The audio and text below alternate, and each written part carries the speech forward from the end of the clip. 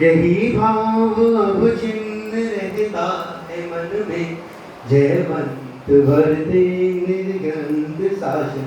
आदरणीय अध्यक्ष महोदय, विद्वत्गण और सभी भावी सिद्धात्माओं को मेरा सादर जय जय। जैसा कि आज की गोष्ठी का विषय है सच्चे देव का स्वरूप, तो मैंने माँ से पूछा कि मतलब सच्चे देव का स्वरूप क्यों जानना है, मतलब जरूरी क्यों है। तो माँ ने बताया कि सच्चे देव का जो स्वरूप है यदि हम नहीं जानेंगे तो सच्चे देव कौन है उनका निर्णय नहीं कर पाएंगे, और यदि सच्चे देव का निर्णय ना कर सके कि कौन सच्चे देव हैं कौन सुखी हैं, तो हम उनसे सुख का मार्ग कैसे जान पाएंगे। तो जब हमें सुख का मार्ग नहीं पता चलेगा तो क्या हम सुखी हो लेंगे। इसलिए आइए हम सभी सच्चे देव का स्वरूप जानते हैं।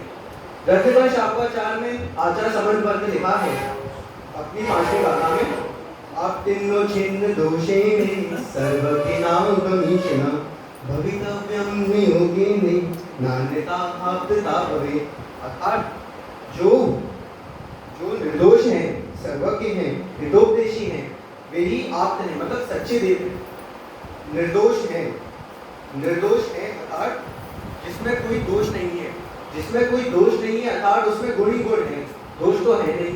तो फिर एक प्रश्न मन में उठता है कि मतलब दोष नहीं है गुण ही गुण है, तो अलग से दो गुण और क्यों कहे, हितोपदेशी पना और सर्वज्ञ पना क्यों कहा, वो तो निर्दोष में ही आ गया ना। तो फिर इसका उत्तर देते हैं अर्थात समझकर आचार्य इसका उत्तर देते हैं कि निर्दोष पढ़िया अकेला कहते तो फिर सभी छह द्रव्य उदगल धर्म अधर्म आकाश काल सभी निर्दोष हैं, तो वे भी आप हो जाते, क्या वे भी सच्चे देव हो जाते। इसलिए उन्होंने सर्वज्ञपना गुण नाम कहा कि जो सभी कुछ जानते हैं वे ही आप्त हैं, अन्य कोई नहीं। सर्वज्ञपने के बारे में रोहित भैया ने आपको बहुत अच्छे से बता दिया, पैकेज में आता है तीनों गुण। तो इसके आगे ये भी है कि अब हितोपदेशी क्यों कहा कि ठीक है ना, निर्दोष हैं और सर्वज्ञ भी हैं, तो अब एक और गुण क्यों डाला हितोपदेशी अलग से, निर्दोष में हो गया ना। तो वो कहते हैं अरे हितोपदेशी नहीं डालते ना तो हम सभी यहाँ पे नहीं बैठे होते ना, ये बात कर रहे होते। क्यों, अरे यदि हितोपदेशी पढ़ने का अभाव हो जाता तो सच्चे उपदेश का अभाव हो जाता, और सच्चे उपदेश का अभाव हो गया तो फिर हमें धर्म का मार्ग सुख का मार्ग कौन बताता। क्या हम सभी यहाँ पे सच्चे देव का स्वरूप समझ रहे होते।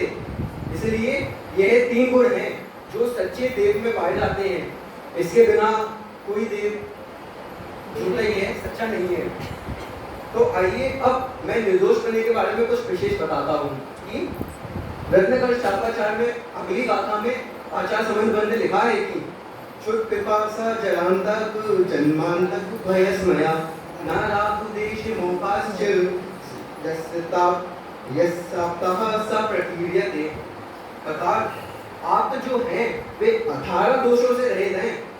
18 दोष कौन से, जैसे क्षुधा अर्थात भूख, हरेन परमेश्वरी को अर्थात सच्चे देव को भूख नहीं लगती, जैसे आदिनाथ भगवान की आयु थी 84 लाख वर्ष पूर्व और वे अनंत अवस्था में 1 लाख वर्ष पूर्व रहे। 1 लाख वर्ष पूर्व, एक पूर्व में कितने, एक पूर्व में 70,56,000 करोड़, 70,56,000 करोड़ वर्ष होते हैं एक पूर्व में।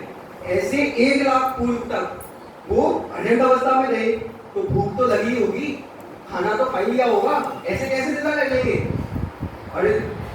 अगर भूख लगी होती तो भूख की वेदना भी होती, और जहां वेदना हुई तो उनका अनंत वीर कैसा रहा, अनंत वीर बना होता है उनके। इसलिए उन्हें भूख नहीं लगती, प्यास नहीं लगती, जरा अर्थात बुढ़ापा, आतंक अर्थात रोग भी नहीं होता, जन्म दोष है, यह जो जन्म लिया है ये दोष है, और आप तक ये जन्म दोष भी नहीं होता। तो फिर अभी मैंने एक प्रश्न पूछा कि जब जन्म होता ही नहीं तो हम जन्म जयंती किसकी मनाते हैं, और जन्म जयंती मनाते हैं, क्यों मनाते हैं। अरे वितरागियों अरिहंतों के आपको के जन्म नहीं होता, उनका जन्म महोत्सव होता है। जन्म तो रागियों का होता है, वीतरागियों का तो जन्म महोत्सव होता है, वैसे ही उनकी मृत्यु नहीं होती। मृत्यु तो रागियों की होती है जो राग में से सहित है, वीतरागियों का तो निर्माण होता है। ऐसे ही है मद से भी रहित होते हैं, मोह राग द्वेष से भी रहित होते हैं, वीतरागी होते हैं। पत्थर बरसाता रहा, उपसर्ग करता रहा, पर फिर भी उन्होंने द्वेष नहीं किया, ना ही उन्हें धन्य परमावृत्ति से लाभ किया।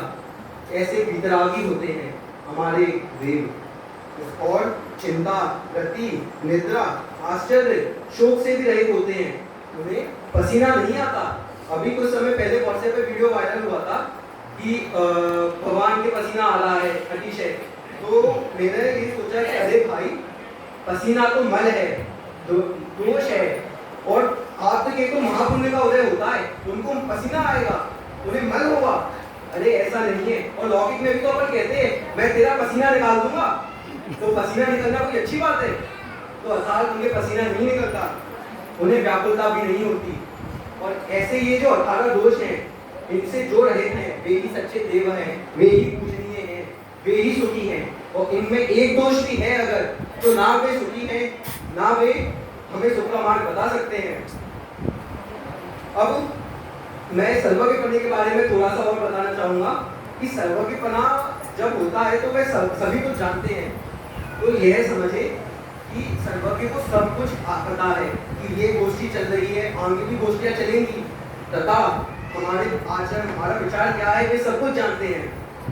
जैसे लिखा रहता है ना कि आप सभी सीसीटीवी की निगरानी में है ना? क्यों लिखा रहता है? कि चोर है ना सावधान हो जाए कि कुछ गलत काम मत करना, सब दिख रहा है यहाँ पर। उसी प्रकार हमारे हम भी सर्वज्ञ की निगरानी में हैं, उन्हें भी सब कुछ दिख रहा है। इसलिए ऐसी निगरानी में है तो हम अपने भावों को, विचारों को संभालें, क्योंकि मोक्ष मार्ग प्रकाशक में लिखा था कि फल परिणामों का लगता है तो उसे बिगड़ने का भय रखना चाहिए। अर्थात सच्ची बात तो ये है, यदि सच्चे देव का स्वरूप समझ लेंगे तो हमें सम्यक दर्शन हो जाएगा, और यही सबका मार्ग है। अंत में 4 वाक्य कहकर मैं अपनी बातों को विराम दूंगा कि आपका दरबार भी अनंत सुखों का टैंक है। अनंत सुखों के टैंक में सम्यक रूपी बैंक है। इस सम्यक रूपी बैंक में जो खाता खोलेगा, 10 क्रम रूपी ब्याज कमाकर वो मोक्ष का द्वार